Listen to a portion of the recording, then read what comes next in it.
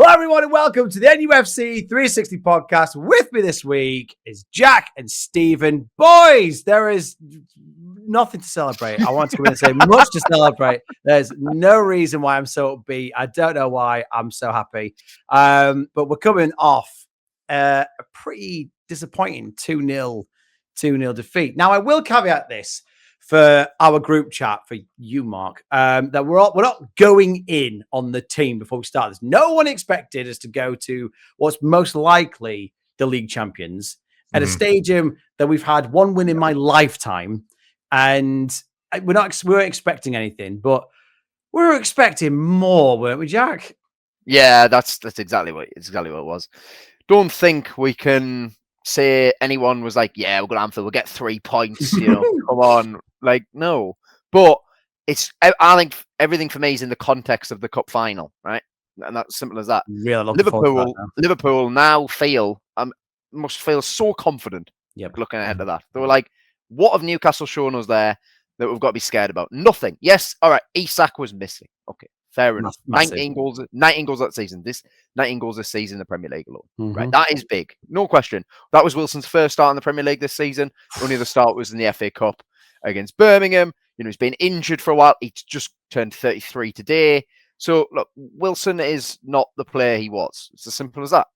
But the rest of the team was pretty much still the normal team. Yes, Botman and Joelinton weren't there, but Botman's not been there for a while necessarily anyway. He's only played a few games this season. And Joelinton always has his odd injury. He misses a few games a season no matter what, usually, for whatever reason. So I still think that the team was more than good enough to go there and just be aggressive. That's where was the tackles? The amount of 50-50s that were bottled was so irritating because if they're thinking about the final, right? Well, the Liverpool players not thinking about the final as well. They're flying into tackles. They're trying does it not matter to them? Are they not bothered about getting injured? No. Of course that's not the case. They're just determined to win that ball, win the game. I think Liverpool ultimately have been carried a bit by Mo Salah this season. I do think Alexis McAllister is an unbelievable footballer, though. I rate him extremely highly. And Gravenberch has been very good as well. I think the rest of the team hasn't actually been that good this season, to be brutally honest. But what they do is they work extremely hard for each other. They cover the ground.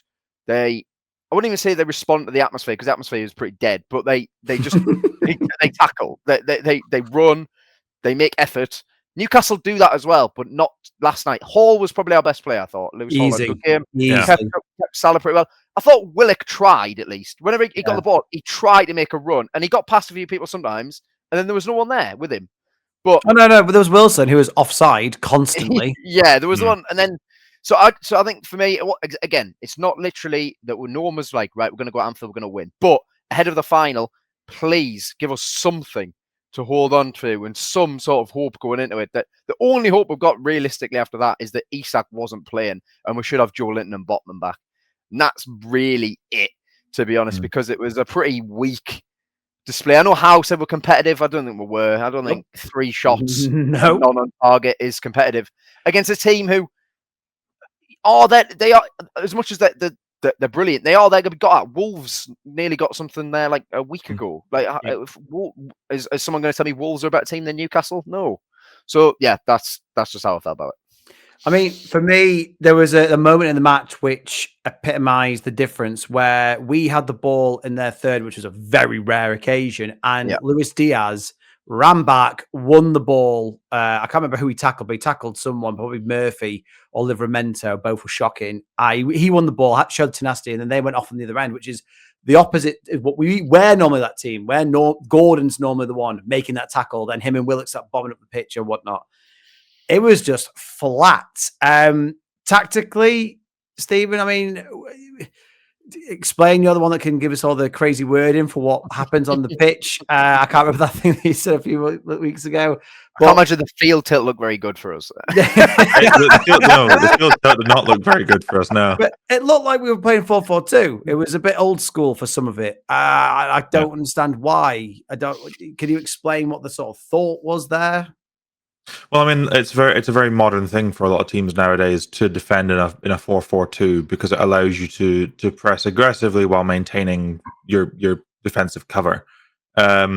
it also allows you to be quite flexible. I mean, we had obviously Gordon and Wilson alongside each other. You look at the average positions, it was more like a 4-2-4 than it was a 4-4-2. It's Willock and Murphy were both staying quite high in terms of their average spot.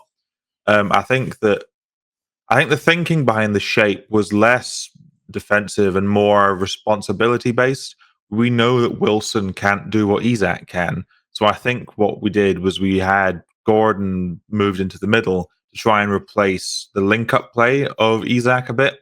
And, he's more willing to drop deep, pick up the ball, and turn and spray it than Wilson is, or turn and run. The only problem with that was that Gordon, much like the rest of the team, have a bit of a hoodoo with Liverpool, and he did not perform well. Instead of turning and passing the ball, he would turn and run and try and dribble past three guys, and run himself into a blind alley. I think that the tactics were interesting when we saw it. I think everyone had a certain idea of how we would play when we saw the lineup. Yeah. I mean, you'd have assumed it would have been Tonali with Bruno and Willock in front of him and playing that 4-5-1 off the ball that we normally do, not some 4-4-2, 4-2-4 kind of shape. I don't know if this was just Howe taking a shot to see, let's try something a bit different, see if we can cause some problems. And there was like about a half hour bit where we did start to maybe put some pressure on them until we got into the final third, in which case we crapped ourselves. But I think if that was the best stretch of the game for us, and that's not a good not a good thought. That this sort of half hour where we still didn't threaten them, we just put them under a bit of pressure, is the best stretch of the game. And I would have preferred the tactics as per normal. The midfield three with the front three with two wingers, rather than a double pivot with a winger as a number 10, a striker who's barely played any minutes this season, and then a central midfielder out wide, even though he can play out there a little bit. I'd have much preferred Gordon out on the left running at Trent, because Trent's not a great one-on-one defender. Get your rapid winger who on his day is the best winger in England, although this season's been very hit and miss, and just have him run at him. Trent had by his standards, he had an okay day, or a decent day, but that was because he wasn't really threatened. Willock's not as much of a threat on the wings as Gordon is, and I think we didn't. I think Willock being out wide also removed the threat in the middle, because Gordon isn't used to running it centrally, so you can't really expect him to threaten Konate and Van Dijk the way that Isak would, or the way that Willock can as well with his runs from deep. I think overall, tactically Howe got it wrong. Maybe motivationally got it wrong as well, because we just didn't look like we wanted to fight for it. It was so wrong for me, because you just said that, like, Willock is used to running through the middle. Willock has more physical presence if people put pressure on him, and he lacks the lightning pace that Gordon has. I thought it was a complete mismatch when it came to where Gordon was. It was really worrying, because you mentioned that we had a period in the game where we had the ball. I think Liverpool were once they scored the goal, and we'll freaking get onto that. Once they scored their first goal, they were so happy to let us have the ball. We could do nothing with it. It went back. Dan Burn, it's not his game, but Dan Burn would get the ball and be like, I don't know what I'm doing. What do you want to do, Shah?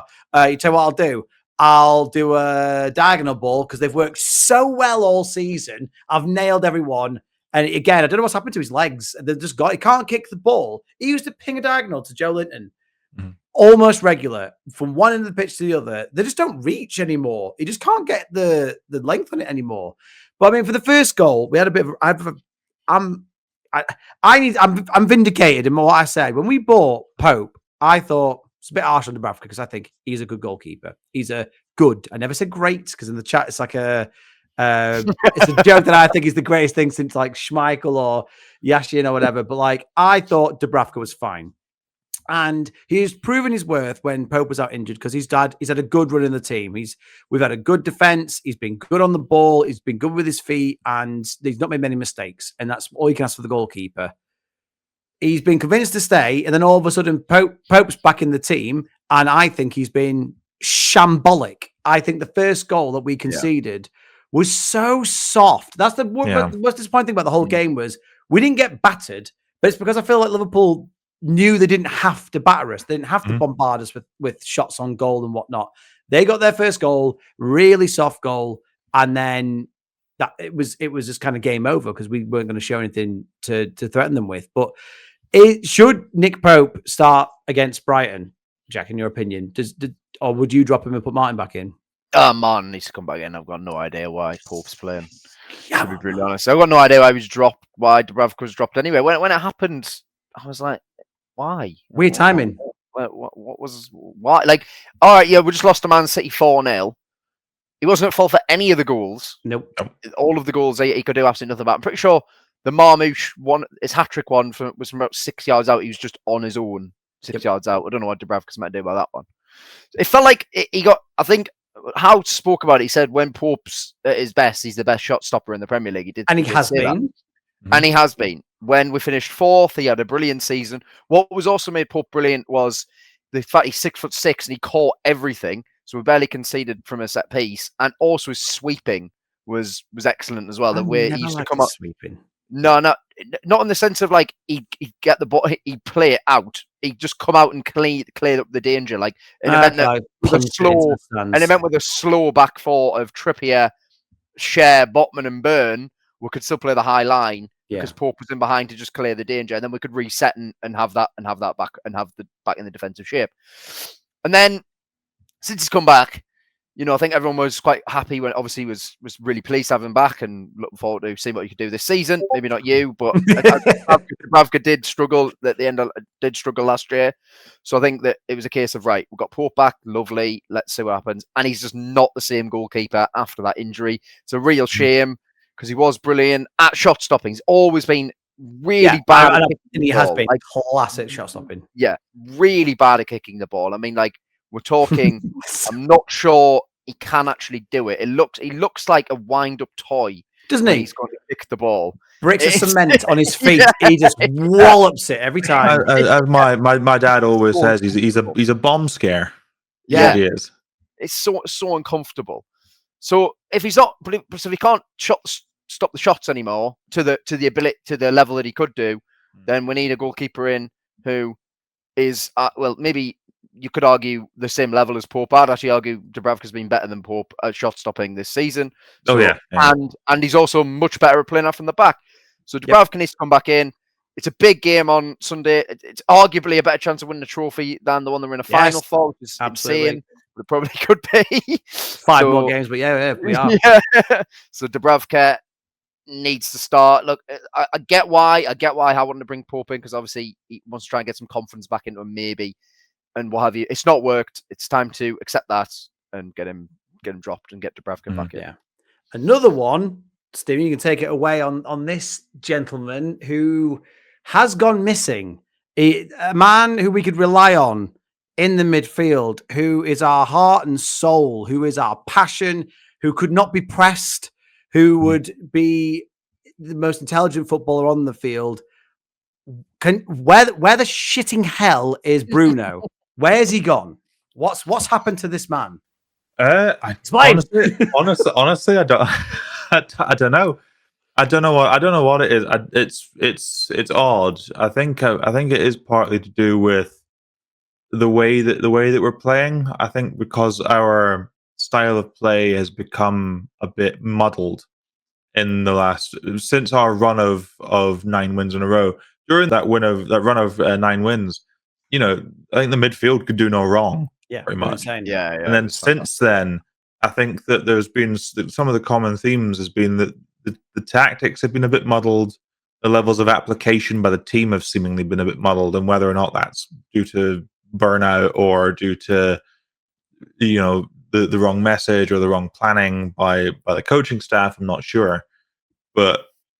That's been one of the threads that have run through this recent run of patchy form. I mean, I mentioned on the match reaction that we're on a run of games now where even when we're winning, the wins aren't convincing. You know, it's like early on in the season when when we lose badly, and at least by the standards of performance.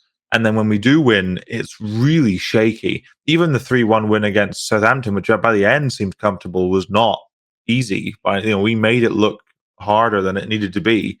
And then you look at Forest, and the only comfortable game in that recent run has been Arsenal, and that was because we'd already beaten them.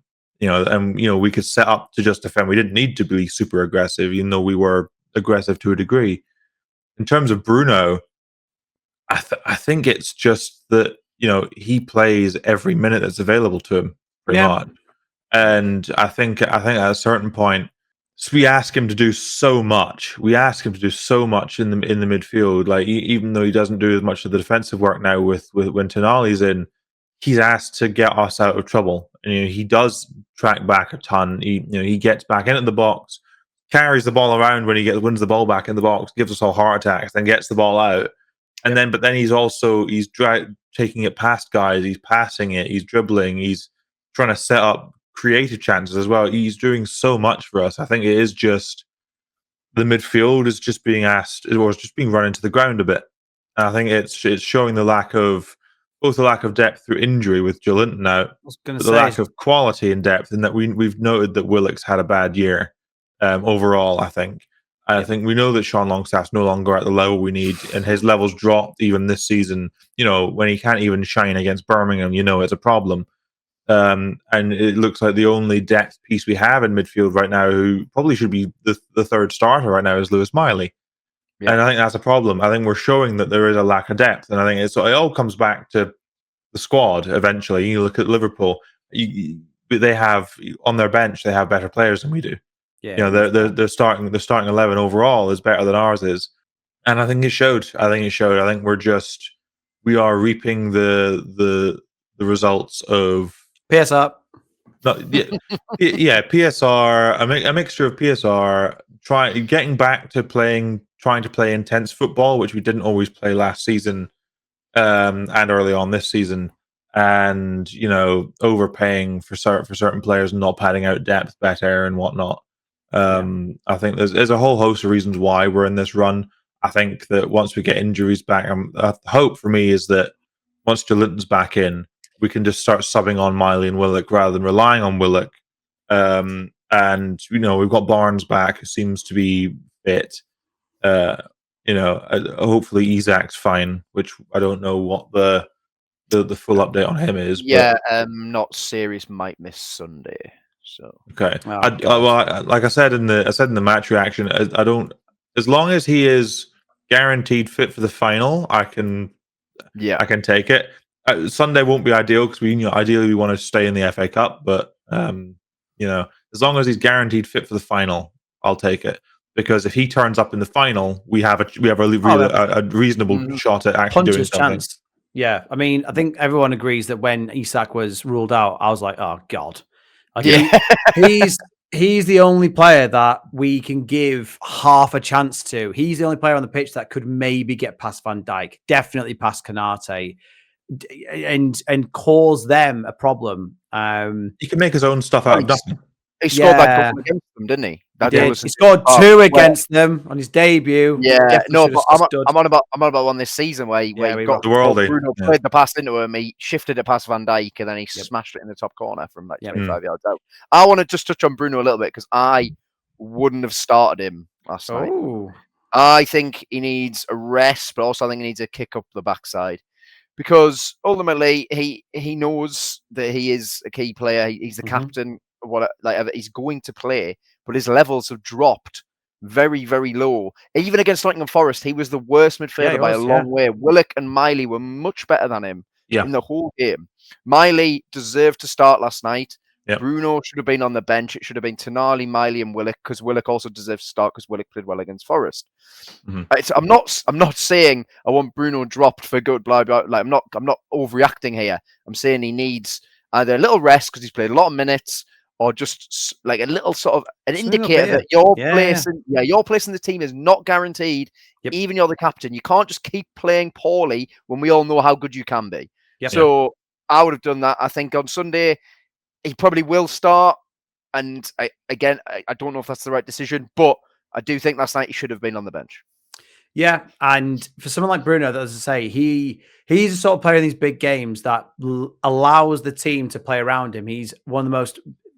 He can keep the ball from any press that I've seen in our team. He can keep the ball, and that's so important. And last night we couldn't keep it for more than 3 passes, and we just kept. A lot of the time, it was silly passes, runs that weren't being done. I thought Tonali was poor as well.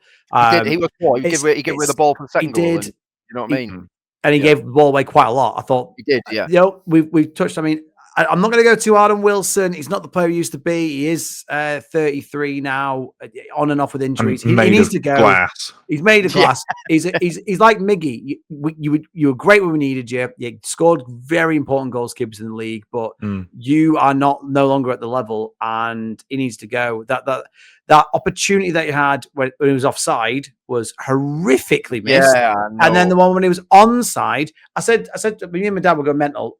Being honest, he's back from injury, full pelt with Van Dijk on his shoulder and Kanai on his shoulder, and the ball's bouncing, but you hit the target. I'm sorry, you're a striker, you hit the target. If it's saved, so be it. But he nearly hit the corner flag. He tried to use his side foot, and if he just put his laces through it, it's going to go in a straight line towards the goal. If the keeper saves it, fair enough. But at least just do that. It's the kind of thing. It's the kind of thing where maybe you see that the missing time through injury has hampered him a bit, because because Wilson's one of those strikers who can get those really scrappy goals and will just hit it as hard as whatever way he can, and trying to get it the technique right. It seems. I think he seems like he's not quite, in his stride. He's not quite hitting really confident levels. I think it is also showing. I mean, there was an article in the Athletic by, I think it was Chris Woff and George Calkin, about I think it was about the recruitment and the current run of form we're on and whatnot. And I think one thing they pointed out was there's a lot of key players who are now either squad players or still important to the team, who have aged out. I mean, we mentioned Wilson being 33. And we mentioned reaping the rewards of our recruitment or lack thereof. And it is quite notable that a lot of the players we used to rely on to keep us in the league, or we relied on 2 seasons ago, have just aged out a bit. Longstaff's a couple years older. He can't run forever anymore, and he's no longer there's no longer the industry is enough in this team. We've had to adapt, and becoming more ball dominant means that people like Longstaff and people like Wilson no longer are a tactical fit, whereas they used to be pretty much perfect for what we wanted to do most of the time. And I think it's everything we're seeing in this run, in the run of form at the start of the season, when everything was so back and forth and up and hit and miss, is that we're everyone, the fan base, the media, and the team itself, are setting up this summer to be extremely important. Yeah, we've seen the reporting that Paul Mitchell's going to have a lot of financial room to maneuver, and there's a lot of talk about multiple incomings and outgoings, and a genuine overhaul of the squad a bit, especially the depth. And I think that we're seeing the Liverpool game is another example of why that's so desperately needed. Whether or not that includes a big sale to fund a really big turnover of personnel, but if we want to play the way that we are playing and maintain that intensity, we need more depth. We need better depth. You can't just have a 16-man preferred squad nowadays with the number of games players play. You look at, as much as their form is dipping because they're a bit inexperienced, Chelsea's squad building is actually starting to pay some dividends in that they can rotate a full team, and we're starting to see City are picking up more players. Arsenal are going to try and pick up more players. The big teams have deeper squads than we do, not just in terms of quality, but in terms of numbers. Yeah, but easy to build a squad when you can spend 1.8 billion and not even have a shirt sponsor. So I mean, it's I mean, I think we would definitely. I'm going to bang about PSR, but yeah, I think you're absolutely right. I think as well on the centre back pairings, I think Shah's one of those ones who's aged out.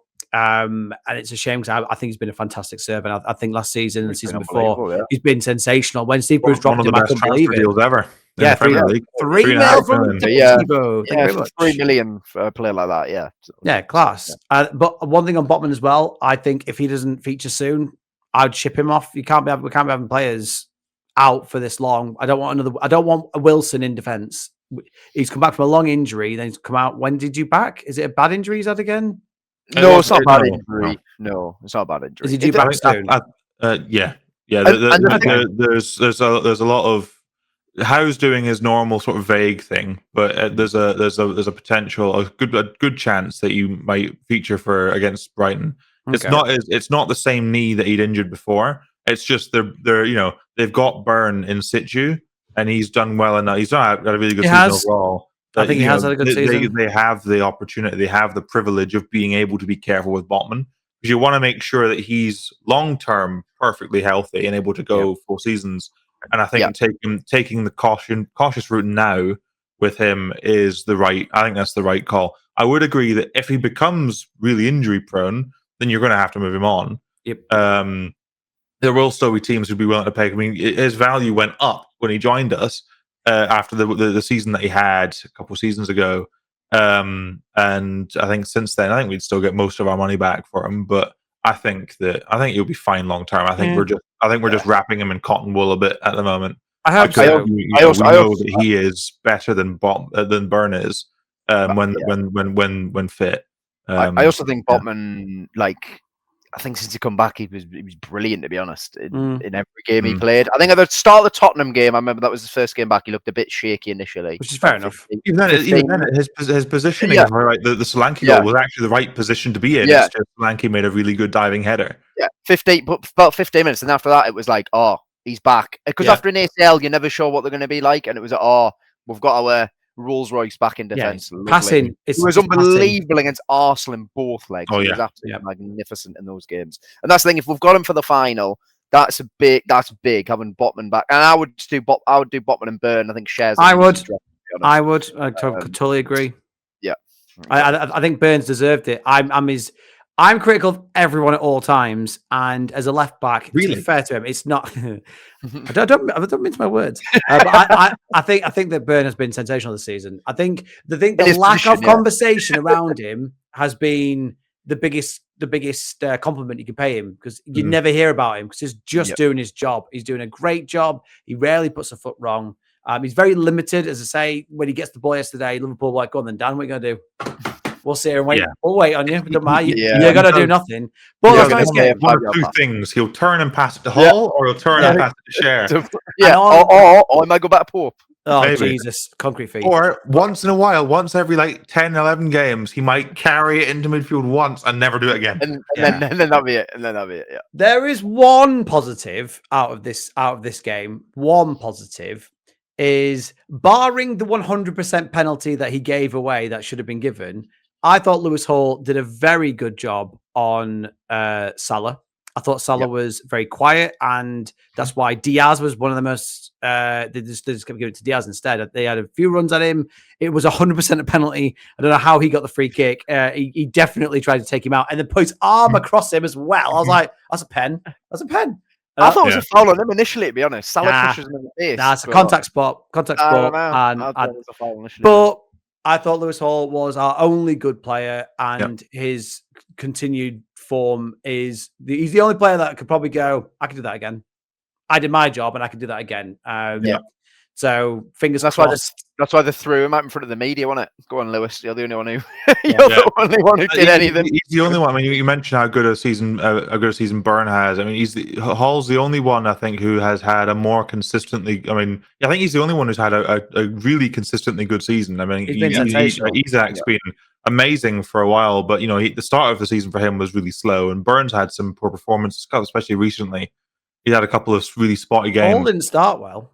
The entire team didn't start particularly well, but Hall wasn't awful. He wasn't bad.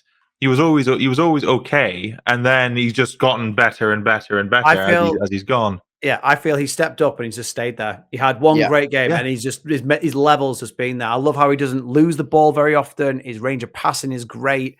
His defensive mind has got a lot better as well. He's seemingly starting to get a little quicker. I think he's working on his physicality as well. The Tonali effect. I mean, it's not surprising. I mean, you look at the effect it's had on Tonali, and they'd be remiss as a coaching staff to not say, okay, well, who are our slowest players? Get them all on that plan. But yeah, you look at, especially against Forest, you look at a lot of the underlapping runs he was making and whatnot. He looks like he and Gordon particularly. That's probably why we also would have preferred to see Gordon on the left against Liverpool. Is him and Gordon seem to have a really good connection going at the moment. Yeah, he is a good complement of his quality when you look at him and you think, wow, like. The two most boring teams in the league, City and Arsenal, or Liverpool. Liverpool would love to have him as well. Yeah, any team would be happy to have Lewis Hall in their squad right now because he's so technically good. He's the best. He's the best left back I think we've ever had. Yeah, I think what I find mad about Hall though is all the England. I don't see anyone talking about him for England. I'm seeing Miles Lewis Skelly. I'm seeing Jed Spence. I mean, he doesn't play. He doesn't play for a big six side. That's why. I know. If he was playing for Chelsea, it's insane. You've got to have eyes, and you've got to watch how good he is on the ball. He's improved massively off the ball. One thing I will say is Tuchel give him his debut at Chelsea. I'm sure Tuchel will be more than happy to have him as the left back. Tuchel isn't the English press on the left wing. Yes, our new Führer. It's going to be Hall and Gordon on the left for England. Probably. And then Tino at right back. Fucking really, like what? Really, he's been shite. My word, I've not been impressed with him. Can someone please show him how to kick a ball higher than a knee? Every cross he puts in is at knee height every time. The boy can't cross. He's not had a great season for me, and I thought I was really looking forward to seeing what he could do this year. He's had runs where largely we've benefited from his one-on-one defending and whatnot. Yeah, but has been good. His season hasn't been. I think it's the issue is that as a team we've had very few players, and as a team we've not been consistent. We've had very few players who've been consistent all season, and I think Tino's one of them. He's had games where he's been tremendous, and he's had really good one-on-one defensive performances, and his physical, his energy and dynamism running forward has been really useful. But as always, his passing is his big limitation. His on-ball creativity is a big problem, and I think that's where he's still young especially as a defender. He's still really young. He has loads of time to develop, and he can improve. And I think he will. I don't think he'll ever be. He's not going to be Hall on the ball ever. But I think if he can become a serviceable right back on the ball in terms of his passing, just get your crossing down pat. And learn to pass it a little bit. Just be a tidy passer, and he'll be, he can be a really, really good right back for a long time. He will benefit if we can get an actual left-footed right winger, because I feel like Murphy is a very similar player to his. They're both extremely right-footed. They both want to run down the touchline. They both want to get to the byline. Neither one of them wants to really come inside unless Murphy wants to get on his left foot and put it wide. That's what's going to happen. Are you saying we need Miguel Almiron back? Do I bollocks? No, give me Diblin. Give me Tyler. I want Tyler. We'll move on to the weekend where the cup that we're definitely going to win, because as you've already alluded to, Jack, I do feel like I literally said to my dad, Liverpool are out of this, aren't they? Yeah, and Arsenal, aren't they? Yeah, we've got a better chance of winning. The arrogance going, we got a better chance of winning the FA Cup than we do against Liverpool. Yeah, I mean, we've already said it now. I do feel like we've got a great chance. If someone can knock out City, I would put us up favourites. Us and is like Forest there, or Villa as well. That's like all these teams are seeing it as. Well, we could all smash each other. Like literally, whoever else turn up on the day. Like if Isak turns up, or if Clivert turns up, or as long as we don't play Bournemouth, we're fine, because we can't play Bournemouth. So, or Fulham. Or Fulham. Can't be Fulham. I don't know why, but yeah. All right. Well, team against Brighton at the weekend, are we expecting extremely similar lineup, especially if the injuries are as they are? Any changes? To be fair, I'd make some changes. I'd bring Dubravka back in. Well, I think absolutely bring Dubravka back in. I think this is going to be a weird game because Brighton's form has been a bit iffy throughout the season. They've been inconsistent, but they're a very young side. And our form is being consistent. We can beat teams, especially at home. We can beat teams even if we're a bit shaky. Oh, very shaky. And I think Dubravka needs to come back in. If he's fit, I would play Botman. Give him a run out. Give Burn a rest. I would do what you said earlier, Jack. I'd rest Bruno and play Miley. I'd want to see Isak back in. Depending on how fit everyone is, Gordon's been playing most of the minute. I'd give him a rest. I'd make a few changes. I'd rotate maybe half of the first 11, or maybe a third of the first 11. Not the entire thing, because we don't want to completely screw ourselves. No, not against Kairo Mitoma. Not a chance.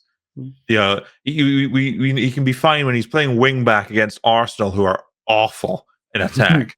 That's fine. But against a team whose wingers can really individually cause fullbacks problems, not a chance. He'd get skinned constantly. Do we think he's not even good on the ball anymore, Trippier? Like, there's so many times the team just giving it away, or his set piece doesn't beat the first man. Like, we should have. I've said this so many times. He should have been gone. He should have been sold. Like that January when Bayern were in. Should have driven him there. He came in when he was 32 or whatever. He was. I massively appreciate what he did. He was brilliant for 18 months. But it was always going to be a limited thing with Trippier. Like, just be not sentimental about it and just say, okay, thank you, Trippier. You've done well. Now we've got Tino Livramento in as your replacement. Goodbye. Simple as that. But instead we've kept him around, and I think that's how sentimental. He's just plummeted like that. Yeah, he's played one good game this season, which was against Arsenal as a wing back, and apart from that, I cannot think of a single other game he's played well in. When he comes on, starts, whatever. Do we think that Lewis Hall can stop the Minter Gambian Messi? Yeah. Do we think he's got it in him to? Yes. Yeah. I think Lewis Hall reads space. Minter, I think Minter's, he's still a bit raw, because he was always raw, in even so at angry that we don't have him. He would be ideal. I mean, you look at the depth. Sean Longstaff's drop off. He's a clever player as well. You look at Almiron leaving. We could really use Elliot Anderson and Jakob Minter this season. Yeah, we probably could. Yeah. I know you don't rate him, Mark, but you don't rate people who turn out to be really good usually. So fucking Elliot Anderson. All right. Yeah, you're all still crying about professional football player, and my mind has changed. I can change my mind. That's fine, but I am not. Change your mind on Anderson. I don't have blinkers. Players are shit, and then they get good. Elliot Anderson is. You are Mr. Guilty, Mr. Guilty until proven innocent. Hang on, he's starting for the team who are third in the Premier League, right? And having a good season. He's having a very good season. He's having a very good season. He's got something about him 100%. I do think Miley's better than him though. 100%. Yes. Yeah. To go back to your question, Mark, I think Lewis Hall's reading. I think because you mentioned his reading of the game's gotten better. His defensive positioning is a lot better. I think that one thing Mint has shown is that he can be a bit petulant. He can when he gets frustrated, he can throw his arms up a little bit. Get a bit of bite in you. I don't mind it necessarily. I think it's just something that Lewis Hall could exploit. I think that Lewis Hall can win a couple tackles, win a couple individual duels, and Minter can get frustrated and then try too much and start being sloppy. That's been a big characteristic of him this season. I think that's the kind of thing that Lewis Hall can do, because Lewis Hall usually doesn't really make many mistakes. So I don't expect him to have the biggest challenge. I think the big challenge is going to be whoever's running at our centre backs. If it's whoever the combination of Pedro and Ruter, and then whoever's running at whoever our right back is. If it's Mitoma running at either Trippier or Tino, Tino, you got to say I'd back Tino. The one thing, even though Tino's, as you say, you might not be him on the ball, I don't think there's really any games he's had where he's been bad off the ball, apart from Bournemouth, probably, where he was against Semenyo.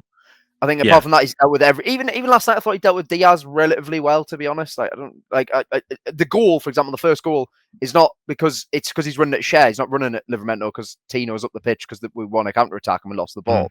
So I do think that no matter what, I'd always have Tino starting over Trippier, because of even if he's not going to do much on the ball in a certain game, he will be much better off the ball, and that is fine with me. Faster as well. So, hell of a lot faster. I think I'd start Sula, to be honest.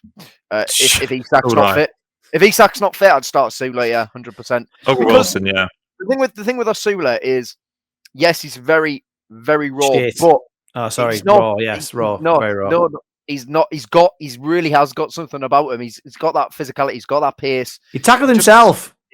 Yeah, but like he causes problems. He to himself. Problems. No, he causes defenses problems because he's a willing runner.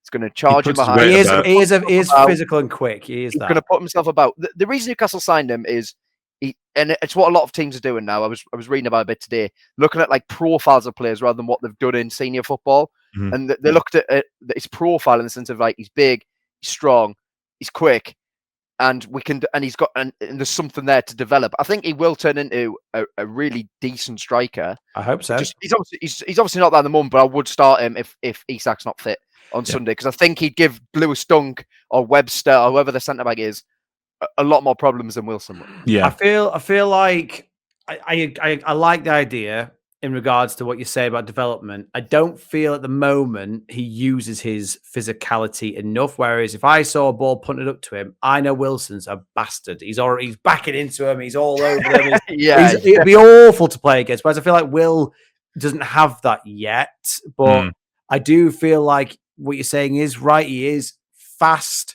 Too fast for his own brain sometimes. He's like the Miggy Almiron of strikers for me. He will run and work hard. I just don't think there's anything there at the end of it. But it can't be worse than Wilson did. I think the thing for Asula as well is that his profile right now is a better fit for us tactically than what Wilson offers. Wilson's a bit of a defensive passenger nowadays, and Asula, for his many limitations, being a very raw player, he's very much a project, like you say, Jack. He will press. He will press enthusiastically, and he needs minutes and better and good coaching for a longer time. He's not been with us all that long, and we know. And as we always say, we seem to say this every time we record one of these players. We know players need a season with Eddie Howe first. The next, happily in the summer when I would hope we would sign another backup striker to give us some real rotation options, because Asula can play across the front three.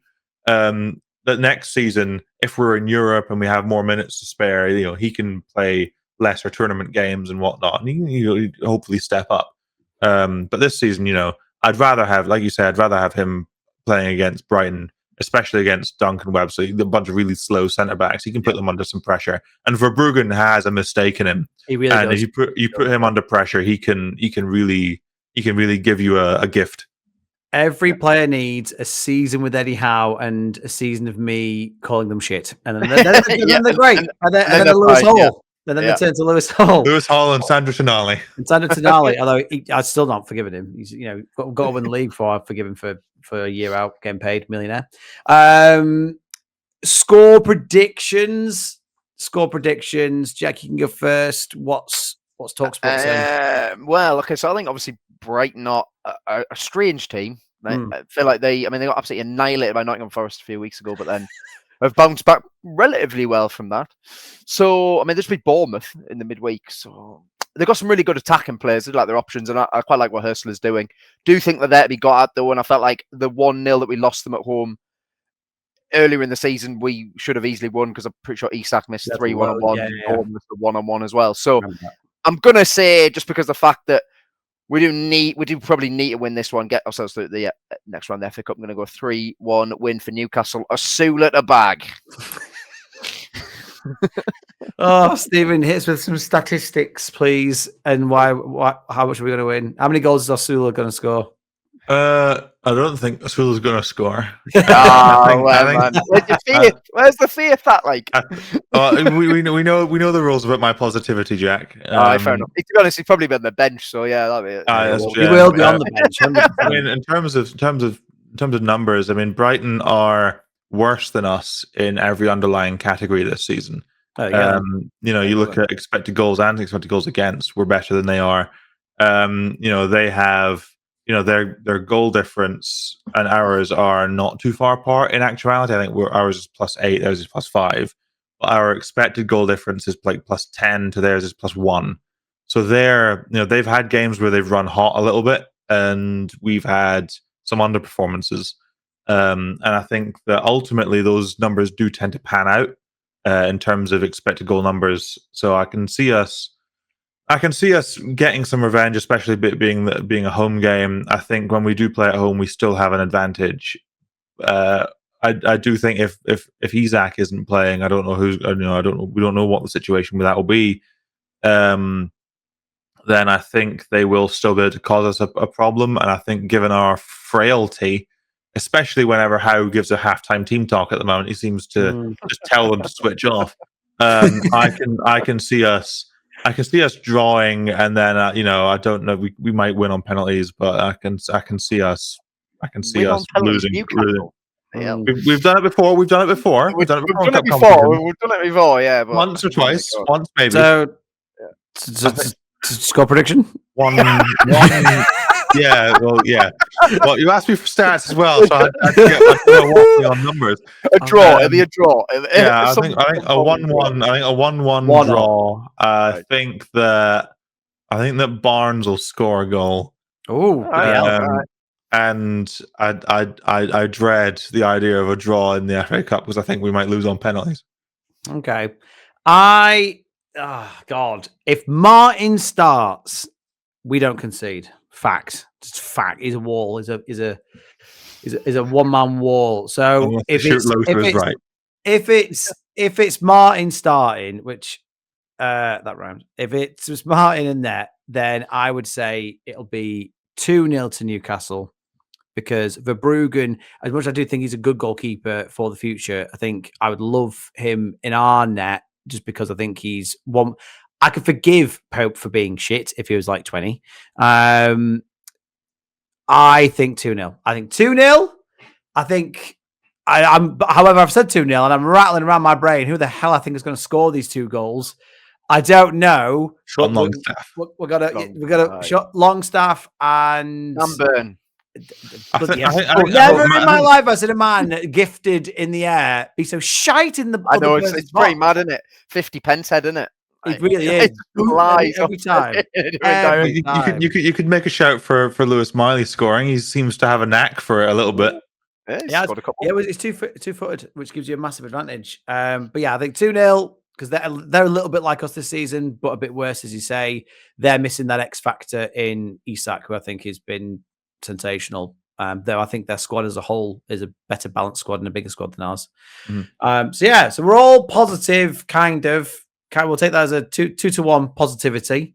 So yeah, fingers crossed. If you made it this far, do hit like, share, and subscribe. If you're not Stephen's dad, please comment below your score predictions. And how we're the lads, and let's see if we can get a win against the quarterfinals of the FA Cup. Thank you, lads. Have a good night, everyone.